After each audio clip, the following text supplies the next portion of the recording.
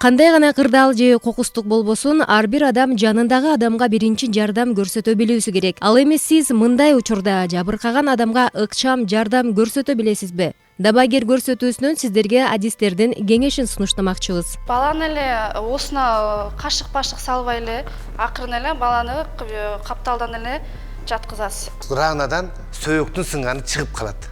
Бул биздин ачык сынык деп эсептелинет. Симметрия сакталганбы, сакталбаганбы, оозу бир жагына кыйшайганбы, кыйшайбаганбы, тиштеринин баарысын көрсөтө алабы, же бир жагын ачылбай жатабы, ошодон билсек болот.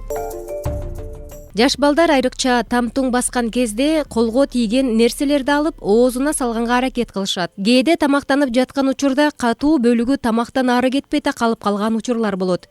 Эгерде тез жардам көрсөтпөсө, баланын дем алуусу токтоп калуусу мүмкүн. Бул учурда баланын оозун тазалап, аркасынан сүрүп уруу керек. Ал эми жаш бала көгөрүп, дем алуу кыйындап калган болсо, бул учурда кандай жардам көрсөтөбүз? Если бала көгөрүп, дем албай жатса, тогда биринчи эле баланы ата-энеси, мамасы алып эле ооз эле прямой эле дыхание кылыш керек. Баланы алып эле ооз эле биринчи оозун тазалагандан кийин эле оозуна эле 5 жолу дем аласыз. Катуу эле үйлөп. Андан кийин баланы жаткызып туруп эле ортосуна, прям көкүрөктүн жөө ортосунан анан катуу мындай 2 колдо эметип алып эле баса баштайсыз. Же мындай кылсаңыз болот, же болбосо мындай 2 баланы кармалып тургандан бирдей калптай эметип баштайсыз, массаж кылып. Баланы эле оосуна кашык салбай эле акырын эле баланы капталдан эле жаткызасыз. Ошондо тил артка кетпейт. Оосуна жана ложка же болбосо ручканы эч качан салбаш керек. Биринчиси чоң киши менен кичинекей баланын эмеси көбүнчөсү дыхательный недостаточность болот. Дыхательный дем жетпегенде деми токтоп калат. Ошондуктан биринчи кичинекей балдардыкын 5 жолу оосуна дем бересиз, анан непрямой массаж эметип баштайсыз, жүрөгүнө массаж кыла баштайсыз. Чоң кишиники болсо көбүнчөсү жүрөгү токтойт. Ошондуктан биринчи жүрөгүн массаж кылып, анан 2 жолу оосуна дем бересиз. Сиздер жаш балдардын дем алуусу кыйындап калганда алгачкы жардам көрсөтүү ыкмасын көрдүңүздөр. Ал эми чоң адамдар мындай акыбалга туш келгенде кандай жардам берүү керек? Бул туурасында адис кеңеш берет. Маршруткаларда, автоунааларда, адам көп чогулган жерде, жана кээ бирөө бар эсин жоготуп, биз орусча айтканда обморок деп коебуз. Ошондо жыгылып калып атпайбы, талып калышат, жатып калышат. Ошондо да бизди чакырат, судорога болуп атат деп. Ал судорога жатпайт, ал судорог эмес. Ал убакта просто ал бейтапты или мындай эшикке сыртка чыгарыш керек, аба көбүрөөк жерге. Анан анын жанына үйүлбөй, жалгызга отургузуп, же болбосо мындай жабылуу нерсе кийип жүрсө, жакасын ачып, абанын келишин көбөйтүш керек да, ал кишиге кислороддун келишин. Ал эмнеден пайда болот? Мисалы үчүн кээ бирөө бар, мисалы үчүн жана кан аст оорулар деп атпайбызбы? Ошондон да болушу мүмкүн. Кээ бирөө бар, тамак ашты эртең менен чала ичип ачка жүргөндөрдүкү да болушу мүмкүн. Чоң адамдардын мисалы үчүн дем албай калышы, же болбосо жана көгөрүп калды деп айтып чакырып атышпайбы? Анын бир эмелери көп. Жана судороги деп коебуз эпилепсияда. Анда да адам дем албай калат. Дем албай калганда бейтапты мындай капталына жаткызып анан кармап күтүп туруш керек. Бул судороги өз убакыт эмес келгенде акырын тарап кетет. Эгер оорусу бар болсо. Ал 1 минута, 2 минутага чейин судорога болушу мүмкүн. Анан жана оозун ачып, жана тишин ары эметип дем алдырабыз деген ал болбогон нерсе. Тишинин баарын талкалап салышыңар мүмкүн. Оозун ача албайсыңар судорога болуп атканда. Эгерде судорога болгонго чейин кашыкты салып, же болбосо бирдеме салып алсаңар, салдыңар. Ага чейин салбасаңар, анда салбаш керек. Тилин тартып ал судорог болуп атканда уже тишин ача албайсыңар. Капталынан жаткызып эле, анан кичине күтө туруш керек. Инсульт дарты мээдеги тамырлардын бири жарылгандан же кан тамырдын бир жеринде кан уюп, тамыр бүтөлүп калгандан улам пайда болот. Кан тамырлар жогорку басымга чыдай албай калып, жарылып кетет. Жарылган кан тамырдагы кан мээнин бир бөлүгүнө куюлат. Ал жер шишип кетет да, мээнин ошол бөлүгү иштен чыгат. Инсульт болуп калганда, мисалы үчүн адам баласы аны кантип билсе болот? Тез жерден барганга чейин.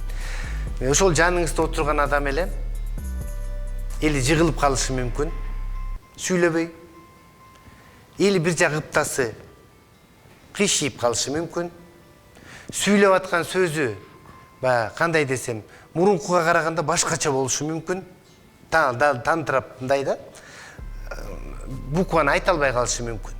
Мисалы үчүн да, колдордун кыймылы өзгөрүшү мүмкүн. Мисалы үчүн сол жагы нормально мындай полноценно кыймылдап атат, оң жагын көтөрө албай калышы мүмкүн.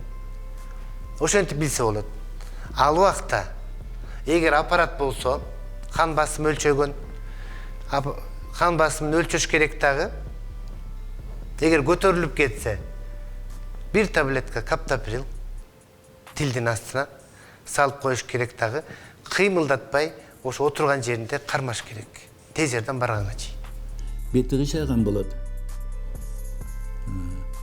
Аны кантип билсек болот? Аны келип баягы тиштерин көрсөт деп деш керек. Ошондо бети эки жак, бети баягы симметрия сакталганбы, сакталбаганбы, оозу бир жагына кыйшайганбы, кыйшайбаганбы, тиштерин баарысын көрсөтө алабы, же бир жагын ачылбай жатабы, ошодон билсек болот. Тилин сындырып көрөбүз. Тилин сындырып көргөндө бул эң негизги биздин багыт, тили кай жакты көрсө бурулуп атат. Оңго же солго. Инсульт болгондо сөзсүз бир жакты көрсө тили бурулуп калат. Анан сүйлөтүп көрөбүз. Сүйлөө сөзү барбы, жокпу, атыңды айт, фамилияң, бир жериң ооруп атабы деп сураса эле белгилүү болот. Же сүйлөй алат, же сүйлөй албай калат ошентип. Көпчүлүк учурда инсультта бул сүйлөөсү начар болуп калат. Анан колуңду көтөрүп көрчү, колуңду. Эки жагын бирдей көтөрүп кармап турчу. Же бир жагы таптакыр көтөрө албайт, же болбосо көтөрсө дагы ошол бир жанагы инсульт болгон жагы түшө баштайт, көтөрүлбөйт. Ошондой. Бутун дагы ошондой кылып турат. Ошондой кылат. Бул көбүнчө ишемикалык инсультка туура келет да. Майрам күндөрү же тойлордо көпчүлүк адамдардын тамак аштан ууланып калган учурларын көрөбүз. Дарыгерлердин маалыматы боюнча бул туура эмес даярдалган консерваланган тамак аштан болоорун айтышат. Бул жанагы ботулотоксин деп коебуз да. Бул көбүнчө жанагы жазалган, консервацияланган жашылча жемиштерден жасалган салаттарда болот да. Ошолору жанагы жерден өсүп чогултуп энтебиз да. Эмеде болгондо топурактын арасында болот. Анан жакшы жуулбай калганда баягы эменин ичине кирет дагы, салаттардын ичине. Жакшы эметилбей калат дагы, салаттын эмени жапканда, банканы жапканда, ичинде салаттардын эмеси өңү өзгөрүлбөйт дагы, ошонун ичинде калып калат. Ал өңү да өзгөрүлбөйт, эми салаттын өңү да өзгөрүлбөйт да, өңү дагы өзгөрүлбөйт, даамы дагы эме башкача болбойт. Анан ошону ачканда абада кислород менен эме кылат дагы, айбай ушунча токсин болуп чыгат да. Жаңы жылда ар бир адам үйүндө, мисалы үчүн азыр ушул убакта, чын айтканда салат жасалат. Биринчи очередь оливье, шуба, селедка, дагы эмне, дагы көптөгөн салаттар жасалат. Анан эми чын айтканда булар салаттан отравление болбойт. Көп жеп алып бул ошондон болушат. Ашказан иштете албай калып, алардын анан кандай десем, тамак сиңирүү системасы бузулуп, ошондон адам оорушу мүмкүн. Эгер тамакты канчалык майлуу немени көп жесе, мисалы үчүн оорулар башталат. Гастрит, панкреатит, панкреатитте деле башталат. Кускан, ич өткөн, ошондо да болот. А эгер отравление болуп калса, анда анын бир жотмасы биринчи тез жерден барганга чейин ашказанды жууш керек. Кадимки эле суу менен марганцовка кошпой, туз кошпой эле крандан сууну алып алып, муздак сууну 1-2 литр суу ичесиз дагы кусасыз. Кайра дагы 1-2 литр суу ичесиз, кусасыз. Ошентип бир 7-8 литрге чейин сууну ичип кайра кусуш керек. Ага чейин сизге тез жардам барып калат. Күйүк жогорку температуранын, химиялык заттардын электр тогунун жана радиоактивдүү нурлануунун таасиринен ткандардын жабыркашы. Дене күйгөн учурда алгачкы жардам көрсөтө билүү керек. Эгер адам күйсө, жанында жардам бере турчу адам болсо, ал кандай жардам берсе болот? Анын биринчи күйгөн жерин караш керек. Колубу же бутубу же денесиби. Эгер ал күйгөн болсо, бизде Кыргызда бар картошка жаап же бир пасталар менен сүйгөп, андай эч качан болбойт. Ал тескерисинче күйүктү күчөтөт. Анткени алар бир химикаттан турат. Биринчи жардам, эң жакшы жардамы, ал күйүп аткан адамга жөн гана суу куюш керек же сууга салыш керек. Сууну куйганда дагы чачыраткан түрдө куйбаш керек. Анткени анын териси деген эзилип турган убакта болот, тромб алып. Анан огош бетер күчө тийиши мүмкүн. Колдон келсе, ошо күйгөн жерин сууга гана салыш керек. Тез жардам кызматын эртерээк чакырыш керек. Эгер бейтап кийим кийип, анан ошо кийиминин сыртынан кандайдыр бир ысык майбы же сүтпү ушундай чачыраган болсо, биз кийимин чечип албайбыз. Чечип алсак, анын терисин сыйрып, шыпырып, ушундай бир жаман абал алып келиши мүмкүн. Биз кайчы менен же кандайдыр бир курч предмет менен акырын кесип алып, анан кийимин ачып туруп, анан сууга салуу же ушундай ыкмаларын колдонобуз. Неге ошо бейтапка мустак сууга салабыз же мустак суу куябыз? Себеби ошо күйгөн жер ысык болот аябай. Ошо ысык температураны түшүрүш үчүн биз бир гана мустак сууну колдонобуз.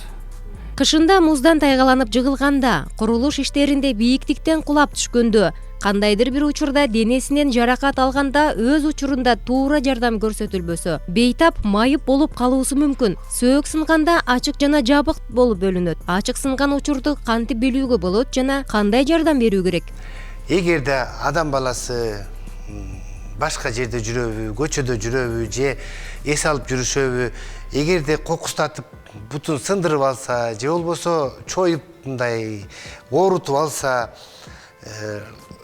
аны кантип билсек болот? Эгерде ачык сынып калса, анда ошол сынган жерде мындай канаган рана болот. Анан ошо ранадан сөөктүн сынганы чыгып калат. Бул биздин ачык сынык деп эсептелинет. Эгер жабык сынык болсо, анда рана жок болот дагы, бирок сөөктүн сынганы кыймылдап билинип турат. Ал убакта, если ачык сынык болсо, болгон таза шейшеп болобу, материал болобу, любой ар кандай нерсени алып туруп, ошо рананы жаап, эме кылып, анан колго тийген нерсе менен байлап, ошо рананы. Андан кийин жана колго тийген катуу нерсе менен, жыгач болобу, рейка болобу, ишип колго тийген катуу нерсе менен мындай кылып таңып коюш керек. Скорый келгенге чейин.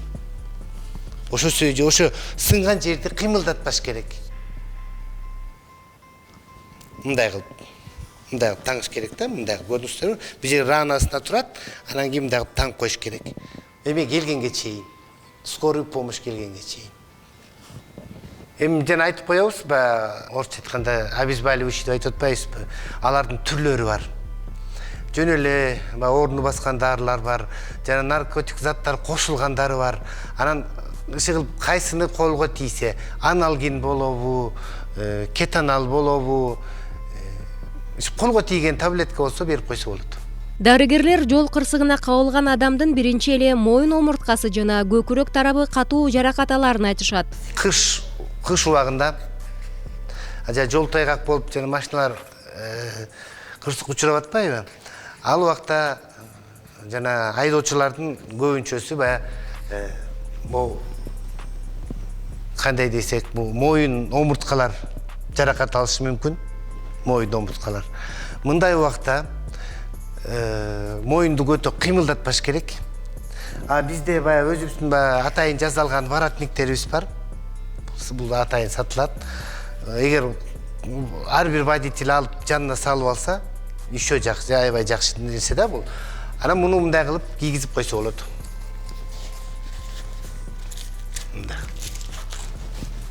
Мындай. Көрдүңүздөрбү? А эгер бул жок болсо, бул воротник жок болсо, болгон мисалы үчүн жана калың шарфтар бар. Азыр бүт эле шарф тагылып жүрбөйбү? Шарф болсо, шарф менен да аябай ороп койсо болот. Моюнду мындай өтө мындай кыймылдатпагандай кылыпчы. Тез жардам келгенге чейин. Бул моюндун ары бери кыймылдабаганына. Мисалы үчүн жана бул моюндун эмесинде жана мындай немелер бар да, атросток мындай өскөн немелер бар да, көбүнчөсү ошолор сынып кетет. Арт жагында мындай атростоктор бар да, ошол сынып кетет. Анан ал дальше нервтерди кысып калбаш үчүн моюнду кыймылдатпай кармап турат. Көп жабыркагандагы нерсе төш. Төш сөөгү, анан кабыргалар. Анткени жана айдоочу айдап баратканда руль да. Руль көбүнчөсү төштү сындырып кетет, же болбосо кабыргалар сындырып кетет. Бул убакта уже өтө эме болуш керек, кылдат болуш керек. Жана айтып атпайбызбы, ремень тагыныш керек, жана подушка болуш керек деп. Ошолор аябай сактайт адамды. А эгерде травма алып калса, төш эмеси алып калса, анда бул кишини удобный положение кылып отургузуш керек. Отуруш керек, кыймылдабаш керек көп. Анткени кабырганын сынган сынбаганын ала, мисалы үчүн тез жардам барганга чейин алар биле алышпайт. Потому что анткени деген кабыргасы сынган адам дем алуусу кыйындайт. Көгөрүп башташы мүмкүн. Анткени ошо сынган жак өпкө иштебей калышы да мүмкүн. Кабырга сынып өпкөнү тешип кетиши да мүмкүн. Ошон үчүн тез жардам барганга чейин бул кишини отургузуп коюш керек. Покой, анан кыймылдатпаш керек. Жылдын кайсы гана мезгили болбосун сасык тумоо менен ооругандар көп болот. Сасык тумоо алгач денени чырыктырат, адамдын дене табы көтөрүлөт. Бул учурда биринчи кезекте жаш баланын температурасын түшүрүүгө аракет кылуубуз керек. Азыр ушул убакта сасык тумоонун көбөйгөнүнө байланыштуу, даже өзүм да ооруп атам чын айтканда. Эгерде жаш бала температурасы көтөрүлүп 40 градуска жетсе, баланы чечиндирип, такыр эле чечиндирип, жаткызып, кадимкидей эле. Анан муну жана суу менен эле, крандан мустак сууну алып алып эле, суу менен эле баардык эмесин сүртүп чыгыш керек. Жана айтып коебуз, жана чоң кан тамырлары өткөн жерлер кайсылар? Колтук, чат, анан моюн. Ушул жерлерден чоң кан тамырлар өтөт. Ошол жерлерге көбүрөөк сууларды эметип, анан кадимкидей эле аябай сүртүп, анан эгерде мындай полотенце же бир нерсе болсо, мындай баягы эмеге сүртүлгөндөгө аны мынтип желдетиш керек. Ошол маалда табын эмеси батыраак түшөт. Но ал суу менен сүргөнгө чейин балага парацетамол таблетка бериш керек. Бир 10 жыл мурун уксус менен да сүрчүбүз, арак менен да сүрчүбүз. Ал илгертеден келаткан, ата бабадан келаткан ал кандай десем, ыкма. Анан чын айтканда жана спирт эме менен сүргөндө температура бат түшөт. Ага мен эме кылбайм, түшөт. Но ал кандай десем, зыян жагы да бар да. Анткени арак, спирт через кожа эме аркылуу адамдын баланын ары эмесине өтүшү мүмкүн ал. Дени сак улут бул күчтүү мамлекет. Ден соолукта болуңуздар.